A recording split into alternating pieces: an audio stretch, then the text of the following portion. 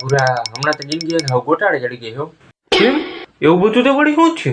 બસ પેલા મારા બધા દોસ્તારો એન્જિનિયરિંગનું એડમિશન લેતા હતા. એના ભેગું હોશમાં આવીને મેં એડમિશન લઈ લીધું અને આખું પતાવી દીધું. અને પતાવ્યા પછી હવે કોઈ નોકરી રાખવા તૈયાર નથી. બોલ, કોઈ 10,000ની નોકરી દેવા તૈયાર નથી રહેતું. બોલ લાલા, તું શું કામનું ટેન્શન લો?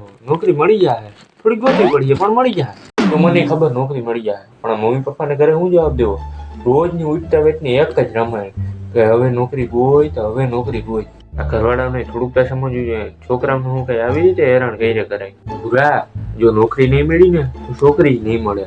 ઉમેર તને ક્યાં મળવાની છે? આ ઘરવાળા તો હજુ સમજીએ, પણ આ આજુબાજુ વાળા હોય ને સવારમાં ઉઠતા ઘરે આવી જાય ને બા ઘરે આવીને કહે કે લે તમારા લાલાને હજી નોકરી નથી જડી, તમારા લાલાને એન્જિનિયરિંગ તો કેટલું પૂરું થઈ ગયું, હજી કેમ નોકરી નથી થયું? લે તમારા લાલો તો આખો ઘરે ઘરે બેસી ગયો હોય. તમારા લાલાને કોઈ નોકરી લાગતું નથી લાગતું, તમારા લાલાને કોઈ નોકરી જડતી નથી લાગતી. સાચી વાત છે લાલા. આજુબાજુ વાળા કીધું ને હાવ પતી ગયું. એ બધા આપણા ઘરવાળાને ટોણા માર્યા કરે ને આપણા ઘરવાળા આપણને ટોણા માર્યા કરે.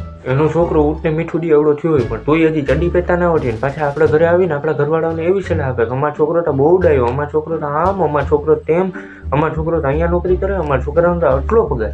એટલે એવી મોટી મોટી વાતો આપણા ઘરવાળાને કહી જાય ને પછી આપણા ઘરવાળાને એમ જ થાય કે અમારો છોકરો જ ક્યાંય કરતો નથી, મારો છોકરો જ્યાં નોકતો છે. ને પછી એ બધાની ખીજ આપણા ઉપર ઉતારે. નોકરી ના મળે તોય અલગ અલગ મેણા ટોણા, જો નોકરી મળી જાય તોય અલગ અલગ મેણા ટોણા. સાચી વાત કીધી લાલા તે હાવ. જેવી આજુબાજુ વાળાને ખબર પડે ને કે લાલુ નોકરી લઈ ગયો એટલે ચા પીવાના બાને ડાયરેક્ટ ઘરે પૂગી જાય અને વાતુમાં આપણા ઘરવાળાને પૂછી લે તમારા લાલાને કેટલો પગાર? અને આપણા ઘરવાળા બચાડે એટલા ભોરા ને કે ડાયરેક્ટ કહી દે કે અમારા લાલો તો 7,000 લાગ્યો. એટલે ડાયરેક્ટ જ કે અમારો છોકરો 40,000 લાગ્યો તો, અમારો છોકરો જયારે લાગ્યો ને ત્યારે એનો 40,000 પેલો પગાર હતો. એટલે આપણા ઘરવાળાને મોટું આમ હોય ને ડાયરેક્ટ આમ થઈ જાય. જો આપણી પથારી ફેરવામાં જો કોઈને મોટા ભરતો ભાગ હોય ને તો એ આજુબાજુ વાળા. ટકા સાચી વાત છે.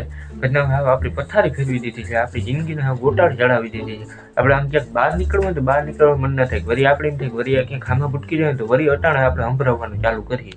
તો પછી યાર